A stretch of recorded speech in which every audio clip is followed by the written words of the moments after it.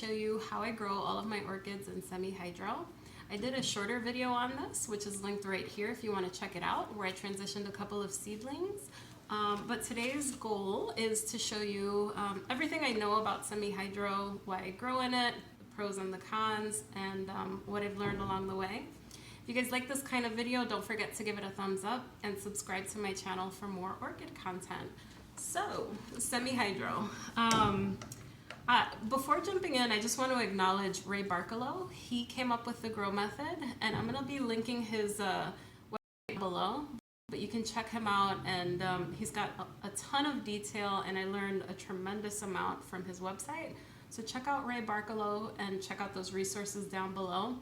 And I also want to acknowledge the Orchid Room, the YouTube channel. I learned a lot from seeing Annabelle grow her orchids in semi-hydro with a lot of success, and I've had similar success. So I want to link her channel as well as Ninja Orchids. She's another grower that uses this grow system. So I want to give you guys a variety of sources that you guys can check out and some sources that I've learned from personally.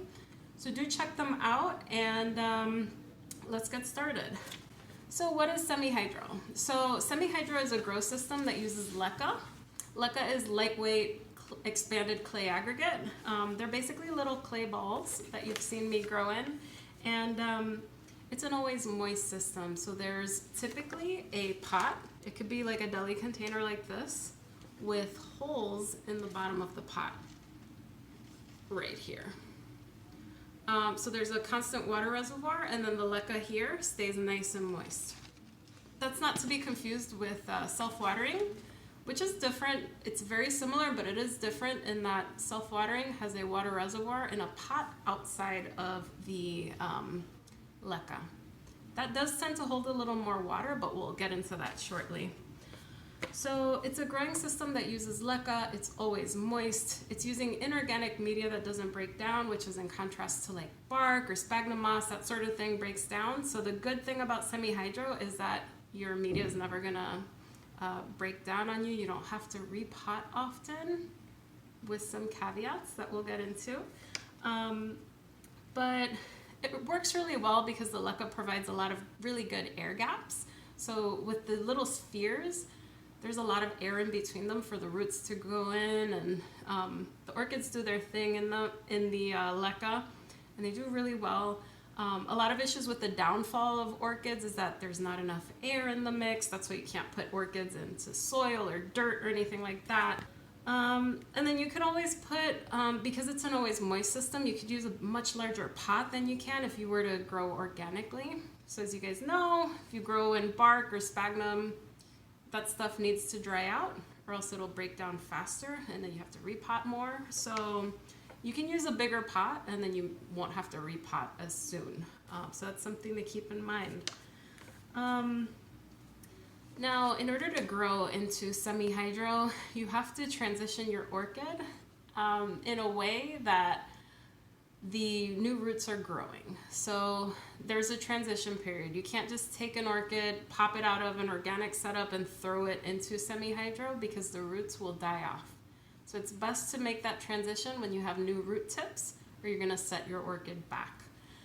So one of the cons is that you really have to time the repot at the right time, or else you're going to have some issues when you're growing the orchid. You don't want to put an orchid that's not actively growing root tips into the system, or all those roots are going to die. So keep that in mind. In order to transition orchids, you take your Leca and you have to soak it to remove any of the products that came in with the factory, any of the buildup. It's good to wash it. I boil my Leca. You could soak it for 24 hours. Some growers like to put kelp or CalMag into the mix to soak that up. I personally just boil it. There's a ton of dust in Leca, so that's something to keep in mind. That stuff isn't great for your drains. It's inorganic, so you can't really break it down, so it's better to rinse it out outside if you can. I personally can't, so I'm just praying that my pipes are gonna be okay. So to transition orchids, you need to take them out of their organic setup, removing as much of the media as you can. So if it's sphagnum moss or if it's bark or something like that, take out all of that media. And then you clean the roots out really well. You don't want anything organic left behind because it's always moist. Anything left that's organic is gonna mold. So you wanna remove as much as you can, and then you can put it into your semi-hydro container, which can be this modified deli cup. You can use a soldering iron and just put little holes on the bottom. And provided you have new root tips, a whole new root system will grow adapted to the always moist system. As I mentioned, there's a difference between semi-hydro and self-watering with Leca. The biggest difference is that a pot sits outside of the reservoir. The water is not actually touching the Leca. You typically have a wick that you touch the water reservoir and it brings up water and moisture to the Leca. It is a little bit more airy. I find success with it as well, and I also find that self-watering does tend to hold more water than a semi-hydro setup. So if you look at the differences between a pot with Leca and water in it and a pot in another larger pot, you're gonna have more water in the larger pot. So if you're on vacation for a long time, I travel all the time, I love semi-hydro because there's some pots that I have that can hold water for 2 weeks. I don't have to worry about watering. That's a pro. So when you transition your orchid, it's a period of adaptation. So it takes time for those roots to grow in, but once they grow in adapted, they tend to do really well.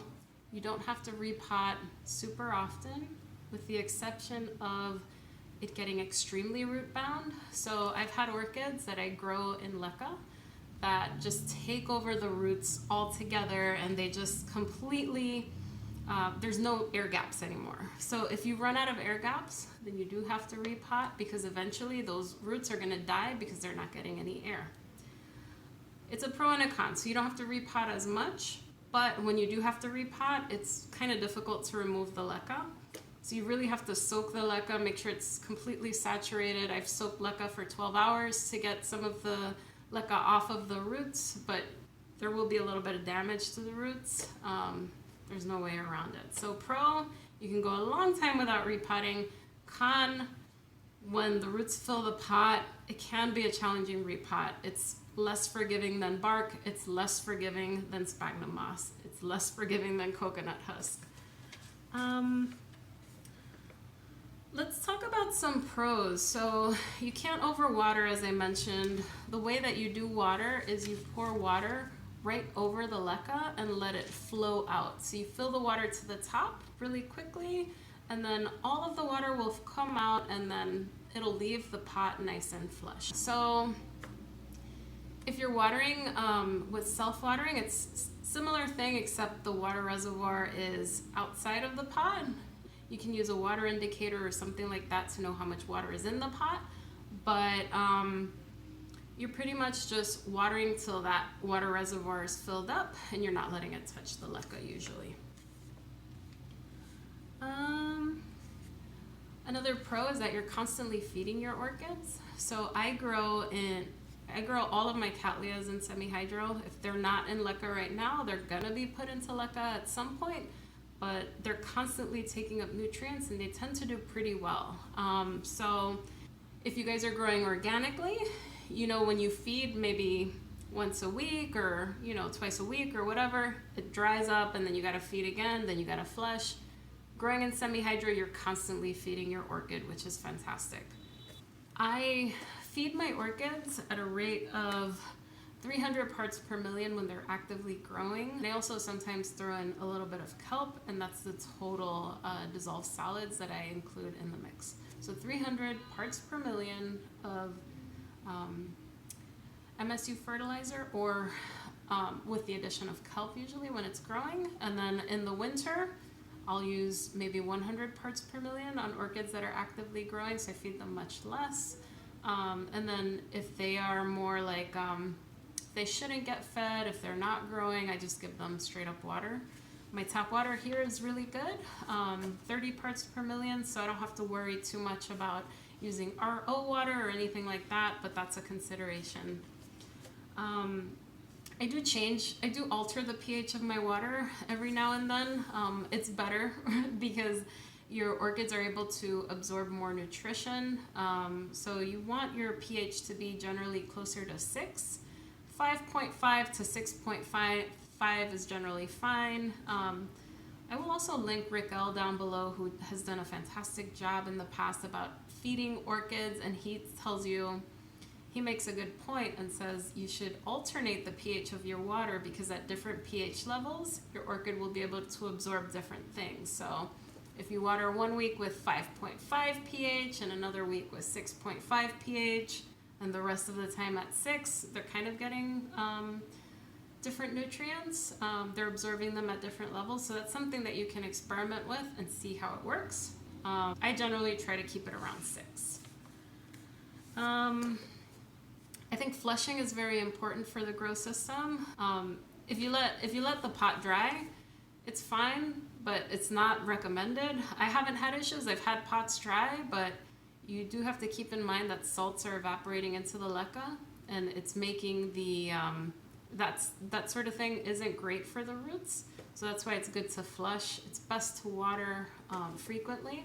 If you have self-watering, same thing. It's just you're pouring into a water reservoir. You're not pouring into into one pot. So constantly flush your orchids. It's very important. Check out Ninja Orchids. I'll plug her again. She flushes her orchids constantly, and that's constantly getting oxygen into those roots. The more you flush, the more oxygen you're gonna get. Some folks, if you have a greenhouse, even better. Then you can just pour water over everything and it's constantly flushed. What I do love about semi-hydro is sometimes it saves me when I go on vacation. So if I use the big self-watering pots, I don't have to worry too much about watering. But depending on how established the plant is, it can suck up your water reservoir quickly. So if you're doing this grow system, I highly recommend you use larger pots instead of smaller pots, because this reservoir, when this orchid matures, is going to be dried up pretty quickly. So when you're moving to semi-hydro, don't always think that watering isn't going to be an issue. It can be an issue. Pure semi-hydro, when the orchid is established, it will take that water reservoir very quickly. Self-watering could be better for you if you need something that will stand the test of time, if you're not able to care for your orchids as much. Something I didn't know when I started growing in semi-hydro is the repotting was going to be a pain in the ass. So I didn't really think that the leca was going to adhere to the roots as much as it did, and some of my repots have been so destructive. So if you think you can just pot one orchid that's root bound and leca into a larger pot, those roots are going to die. A lot of people on YouTube do it. They just pot their orchid into another pot. If it's not root bound, that's fine.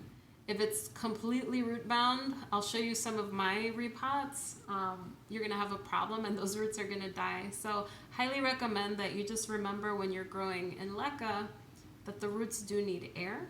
The leca will not break down, but the issue is going to be that you're going to need air in those roots. So I constantly grapple with having that leca that I know is going to last a long time, and then having a vigorous orchid that's going to outgrow that pot and give me trouble down the line. So keep that in mind. I honestly found that if I repot into sphagnum moss, some of my Phalaenopsis orchids, it's easier for me when I repot because they grow pretty vigorously. So it's not as easy as you think. In theory, the watering is easier, but I find that I have to water a lot. So you have to think about it. You have to use maybe self-watering can help more, or a larger pot if you really want to save on watering so much, save more time, but it's just my honest opinion. A lot of people do use semi-hydro because they think it's easier. Repotting is not easy, and watering, if your plant got established really well, it's growing nicely, it could suck up the water reservoir in a day, and I'm not even kidding. So you kind of got to experiment with what works well for you, different kinds of pots, that sort of thing. With that said, I've had transitions that have been very difficult, and it doesn't work for all of the orchids. So success with semi-hydro really depends on your environment. Definitely check out Ninja Orchids. She's in Spain, and then Annabelle over at the Orchid Room, she's in the UK. So we have very different environments. I'm in New York City, so we tend to have very humid, hot summers, but the winter is bone dry, and I have some issues with some of the Leca when it's very dry, so that's something to keep in mind.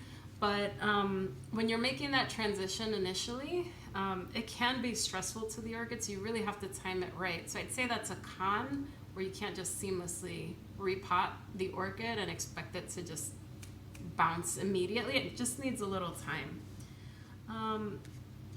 Another con is that Leca tends to have a dry top layer, so the water evaporates up and then it provides lots of moisture to the Leca and the roots, but the further up you go, the less moist it is. So in my environment in particular, the top layer of Leca gets very dry to the point that new root tips can desiccate. Roots growing down in the winter, it's super rough. They tend to like touch the Leca and sizzle and die. So think about it like frying an egg on a hot sidewalk. The salty top of the Leca will kill some of the roots. So I've learned this from the Orchid Room, but I use a layer of pebbles to try to mitigate that top dry layer, and it's worked really, really well for me. So there's ways around that dry top layer.